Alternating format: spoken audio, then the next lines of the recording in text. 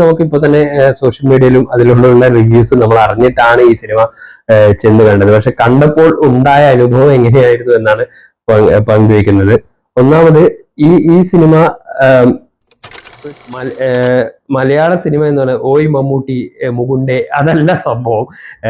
അതെങ്ങനെയാണെന്ന് ഈ സിനിമ കാണിച്ചിട്ടുണ്ട്. അതായത് അനുപമ ഉള്ളത് കൊണ്ട് തന്നെ ആ പ്രേമത്തിന്റെ കൂടുതൽ എക്സ്പ്ലനേഷൻ ഞാൻ തരുന്നില്ല. അതുപോലെ തന്നെ ആവേശത്തിന്റെ റെഫറൻസ്, തെമ്മാത്തമ്മ, അതായത് ഇതാണ് മലയാള സിനിമയ്ക്ക് അല്ലെങ്കിൽ നമ്മുടെ ഒരു എന്റർടൈൻമെന്റ്, മലയാളം എന്റർടൈൻമെന്റ് നമ്മുടെ ഓഡിയൻസിനെ ക്യാച്ച് ചെയ്യാനുള്ള കറക്റ്റ് വഴിയിൽ ഡയറക്ഷനിൽ അശ്വന്ത് മാരിമുത്തുവും പ്രദീപ് രംഗനാഥനും കൂടി എഴുതിയ സിനിമയാണ് ഡ്രാഗൺ. അപ്പൊ ഡ്രാഗൺ ഇപ്പോ ഇറങ്ങിയിട്ട് കുറച്ച് നാളുകൾ കഴിഞ്ഞാണ് ആ സിനിമ കാണാനുള്ള ഒരു ചാൻസ് കിട്ടിയത്. അത് കണ്ടപ്പോഴുള്ള ഒരു അതിന്റെ ഒരു ഫീൽ എങ്ങനെയുണ്ടായിരുന്നു പങ്കുവയ്ക്കാണ്.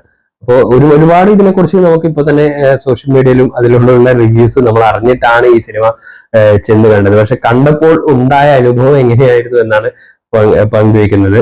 ഒന്നാമത് ഈ സിനിമ ഒരു കമ്മിങ് ഓഫ് ഏജ് ഡ്രാമ, അതായത് നമ്മളൊരു കോളേജ് ഒരു 12th മുതൽ പിന്നെ കോളേജ് കാലഘട്ടത്തിലൂടെ സഞ്ചരിച്ച് പിന്നെ ഒരു എംപ്ലോയർ അല്ലെ എംപ്ലോയി ആ ഒരു ലെവലിലേക്ക് മാറി ഒരു ഫാമിലി ലൈഫിലേക്ക് നീങ്ങുന്ന, അതായത് അങ്ങനെയുള്ള ഒരു കമ്മിങ് ഓഫ് ഏജ് ഡ്രാമ ആയിട്ടാണ് ഈ സിനിമ വന്നിരിക്കുന്നത്. ഈ സിനിമയുടെ ഏറ്റവും വലിയ പ്രത്യേകത, ഈ സിനിമ ഒരു ഭയങ്കരമായ ഒരു കോംപ്ലിക്കേറ്റഡ് ആയ ഒരു സബ്ജക്റ്റിനെ രസകരമായിട്ട് അവതരിപ്പിച്ചിട്ടുണ്ട്. ഇപ്പൊ ഇതിലെ പ്രധാന കഥാപാത്രങ്ങൾ പ്രദീപ് രംഗനാഥൻ, അതുപോലെ തന്നെ കായാടു ലോഹർ, അനുപമ പരമേശ്വരൻ, ഇവരുടെ ഇടയിലാണ് ഈ കഥ മെയിൻ ആയിട്ട് പോകുന്നത്. കൂടാതെ നമ്മുടെ GM ഉണ്ട്, ഗൗതം വാസുദേവൻ, അദ്ദേഹത്തിനൊക്കെ എന്താണ് ടൈലർ മേഡ് ആയിട്ടുള്ള റോളാണ്. പിന്നെ ഒരുപാട് പിന്നെ പ്രദീപിന്റെ സുഹൃത്തുക്കളായിട്ട് അഭിനയിച്ചതുമായിട്ടുള്ള ഒരുപാട് ക്യാരക്ടേഴ്സ്, പ്രദീപിന്റെ അച്ഛനും അമ്മയായിട്ട് അഭിനയിച്ചവർ, ഇവിടെ എല്ലാവരും പെർഫോമൻസ് മികച്ചു നിൽക്കുന്നു. എന്തുകൊണ്ടാണ് ഈ സിനിമ ഇത്രയും ചർച്ചാ വിഷയമായത് എന്നറിയാനുള്ള ആ ഒരു ആകാംക്ഷയിലാണ് സിനിമ കണ്ടത്.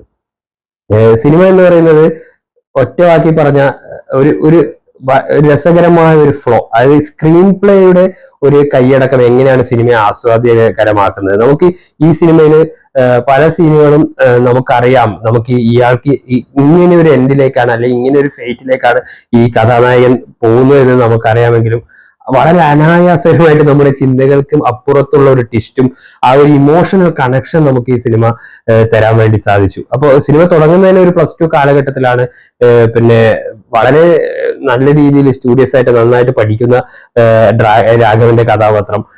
പക്ഷെ ആ ഇഷ്ടപ്പെട്ട പെൺകുട്ടിക്ക് പക്ഷെ കുറച്ച് എന്താണ് നമ്മള് കലിപ്പൻ അല്ലെങ്കിൽ ഒരു റൗഡിസം ഒക്കെ ഉള്ള ആ ഒരു ടൈപ്പ് കുട്ടിയാണ് ഇഷ്ടം എന്ന് പറയുന്നത്. അതിനുശേഷം ഡ്രാഗൺ കംപ്ലീറ്റ്ലി തന്റെ ലൈഫിലുള്ള അപ്രോച്ച് മാറ്റുകയാണ്. അപ്പോൾ ആ 12th കഴിഞ്ഞ് കോളേജിലേക്ക് പോകുമ്പോൾ അദ്ദേഹം പഠനത്തിൽ കൂടുതൽ ശ്രദ്ധീകരിക്കാതെ അവിടെ നമ്മൾ തമിഴ് പറഞ്ഞ ഒരു ഗത്ത് സ്റ്റൈൽ ഒക്കെ ആയിട്ട് നടന്നിട്ട് അവിടെയുള്ള ഒരു കണക്ഷനും ഫീൽ ചെയ്യണം. പക്ഷെ അദ്ദേഹത്തിന് സ്റ്റഡി ലെവലിൽ അദ്ദേഹം പിന്നോക്കാണ്. അദ്ദേഹത്തിന്റെ സ്റ്റൈലും ഇതൊക്കെ യുവാക്കളുടെ നമുക്കറിയാലോ. ഇതിനിടയിലൂടെ നൈസായിട്ട് ഇങ്ങനെ തമിഴ് മലയാളം ഇങ്ങനെയുള്ള കോളേജ് ഡ്രാമകൾക്കുള്ള അതിനുള്ള ഒരു സ്പൂഫ് പരിപാടിയാണോ എന്ന രീതിയിൽ തന്നെയാണ് പടം വരുന്നതും. അങ്ങനെയുള്ള ഈ നായകനെ അവിടെയുള്ളവർക്ക് അട്രാക്റ്റീവ് ആയുള്ള രീതിയിൽ അദ്ദേഹത്തിന്റെ ചേഷ്ടകളും ഇതൊക്കെ പ്രദീപ് അതിഗംഭീരമായിട്ട് ചെയ്യുന്നുണ്ട്. അവിടെ നിന്നാണ് അനുപമയായിട്ടുള്ള റിലേഷൻ, അവരുടെ ഒരു സഹപാഠിയായിട്ടുള്ള റിലേഷൻ വരുന്നതും. പിന്നെ ആ റിലേഷന്റെ എൻഡിലേക്ക് വരുമ്പോഴാണ് അത് കോളേജ് ലൈഫ് കഴിയുമ്പോൾ നമുക്കറിയാലോ, +2 കോളേജ് ആ ഏജ് കഴിയുന്നതോറും നമ്മൾ ചില കാലത്ത് ചെയ്യേണ്ടിയിരുന്ന കാര്യങ്ങളിൽ ആ സമയത്ത് നമ്മൾ ഒരുപാട് ഇംപ്രസ് ചെയ്യുമെങ്കിലും നമ്മൾ ലൈഫിന്റെ റേസിൽ നമ്മൾ പുറകോട്ടാവുന്നത് എങ്ങനെയാണെന്ന് അതിഗംഭീരമായിട്ട് ഈ സിനിമ പിന്നീട് കഥയുടെ ഒരു ഒഴുക്കില് സെക്കൻഡ് ഹാഫിലേക്കൊക്കെ വരുമ്പോൾ നമുക്ക് എത്തിക്കുന്നുണ്ട്. ഇതിൽ കൂടുതൽ കാര്യങ്ങൾ പറഞ്ഞു കഴിഞ്ഞാൽ നിങ്ങൾക്ക് സ്പോയിലർ ആയി പോകും. ഇപ്പൊ തന്നെ ഒരുപാട് പേര് അതിന്റെ ഒരു കഥാതന്ത്വം അറിഞ്ഞിട്ടുണ്ടാവും.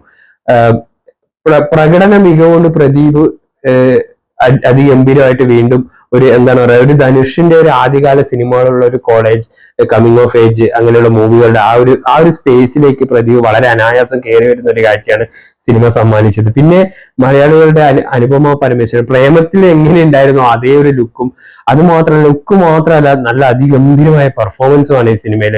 അതായത് പിന്നെ ആ ഒരു കോളേജ് കാലഘട്ടവും പിന്നെ കുറച്ചു കാലം കഴിഞ്ഞ് ഉള്ള അനുപമയുടെ ആ ക്യാരക്ടറിന്റെ ഗ്രോത്ത് ഒക്കെ സിനിമയിൽ സംഭവിക്കുന്നുണ്ട്. അപ്പോഴുള്ള ഭാവമാറ്റമൊക്കെ അതിഗംഭീരമായിട്ട് അനുഭവം ചെയ്തിട്ട് കായാടു ലോഹർ ഒരു ഗ്ലാം ഡോൾ എന്ന രീതിയിൽ മാത്രമല്ല ആ സിനിമയ്ക്ക് ആ ഒരു എൻട്രിക്ക് ആ ഒരു ഗ്ലാം പരിവേഷം ആവശ്യമായിരുന്നെങ്കിൽ അത് കഴിഞ്ഞിട്ടുള്ള സിനിമയിൽ പ്രധാന ഇമ്പോർട്ടന്റ് ആയിട്ടുള്ള ഒരു റോളും അഭിനയവും ആ ഒരു ഗ്ലാം ലുക്കും ഒരുപോലെ ബാലൻസ് ചെയ്തുകൊണ്ട് കായോട് ലോറിനും സാധിച്ചിട്ടുണ്ട്.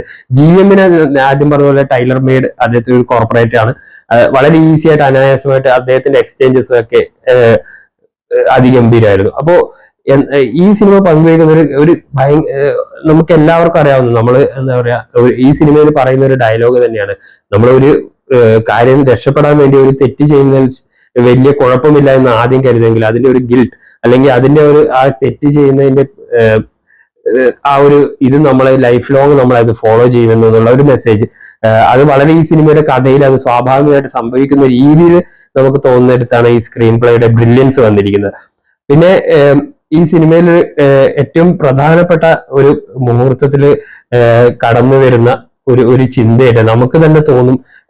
ഒരേ സമയം തന്നെ ഈ ഹീറോ അതിനെ മറികടക്കണമെന്നും, പക്ഷെ ഈ കണ്ടുകൊണ്ടിരിക്കുന്ന പ്രേക്ഷകന്റെ മനസ്സിലേക്ക് ഒരു ഗിൽറ്റ് വരുന്നുണ്ട്. അതായത് ഇയാളെയാണ്, ഇങ്ങനെ ഒരു ഹീറോ ആണോ, ഇങ്ങനെ വേണമോ ഹീറോ എന്ന് തോന്നുന്ന ഒരു ഗിൽട്ടും, ആ ഗിൽട്ടിന് നമുക്ക് തന്നെ തോന്നുന്ന ഒരു എക്സ്പ്ലനേഷനും സാറ്റിസ്ഫാക്ഷനും ആണ് ഇതിന്റെ ക്ലൈമാക്സ് തന്നിരിക്കുന്നത്. അത് നമ്മൾ പറയുന്ന പോലെ ഒരു ടൈൽ ഒരു പോസ്റ്റ് ക്ലൈമാക്സ് അങ്ങനെ പറയുന്ന അവസാനത്തെ ഒരു 20 മിനിറ്റ് ശരിക്കും പറഞ്ഞ ഇമോഷണൽ ഒരു റോളർ കോസ്റ്റർ ആണ്. അത് അച്ഛൻ മകൻ ബന്ധം, നമ്മുടെ കോളേജിലെ പ്രിൻസിപ്പാളുമായിട്ടുള്ള ബന്ധം, നമ്മുടെ ആദ്യ പ്രണയിനിയായിട്ടുള്ള ഒരു ഇത്, അത് കഴിഞ്ഞുള്ള ആ ഗിൽറ്റ് ഫീലിംഗ്, പിന്നെ കല്യാണം കഴിക്കാൻ പോകുമ്പോഴുള്ള ആ ഒരു സമയത്ത് മാനസികാവസ്ഥ, ഇങ്ങനെയുള്ള ഒരുപാട് ഇമോഷണൽ ഇതിലൂടെ കടന്നുപോയിട്ട് അതിഗംഭീരമായ സാറ്റിസ്ഫൈങ് ക്ലൈമാക്സ് കൂടി ഈ സിനിമ സമ്മാനിക്കുന്നുണ്ട്. അപ്പോൾ ഡ്രാഗൺ തൊട്ടടുത്ത തിയേറ്ററിൽ നിങ്ങൾ പോയി കാണുക. നമ്മൾ ഒരുപക്ഷെ നിങ്ങൾ കണ്ട കോളേജ് റൊമാൻസ് കമ്മിങ് ഓഫ് ഡ്രാമകളിൽ വൺ ഓഫ് ദി ബെസ്റ്റ് ആയിട്ട് നിങ്ങൾക്ക് ഈ സിനിമ ഫീൽ ചെയ്തേക്കാം. എനിക്ക് അങ്ങനെ ഫീൽ ചെയ്തിട്ടുണ്ട്. പിന്നെ അവസാനം ടൈലന്റ് ആയിട്ട് ഒരു കാര്യം കൂടി, മലയാള സിനിമ എന്നാണ് ഓയ് മമ്മൂട്ടി മുകുണ്ടേ അതല്ല സംഭവം.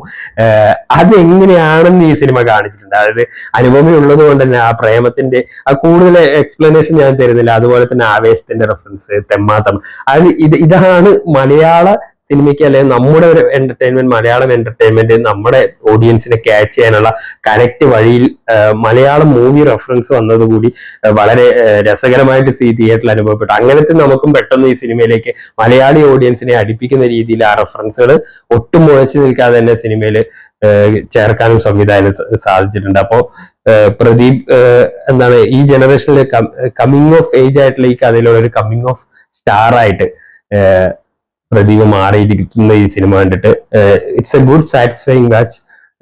Do watch dragon in theatres.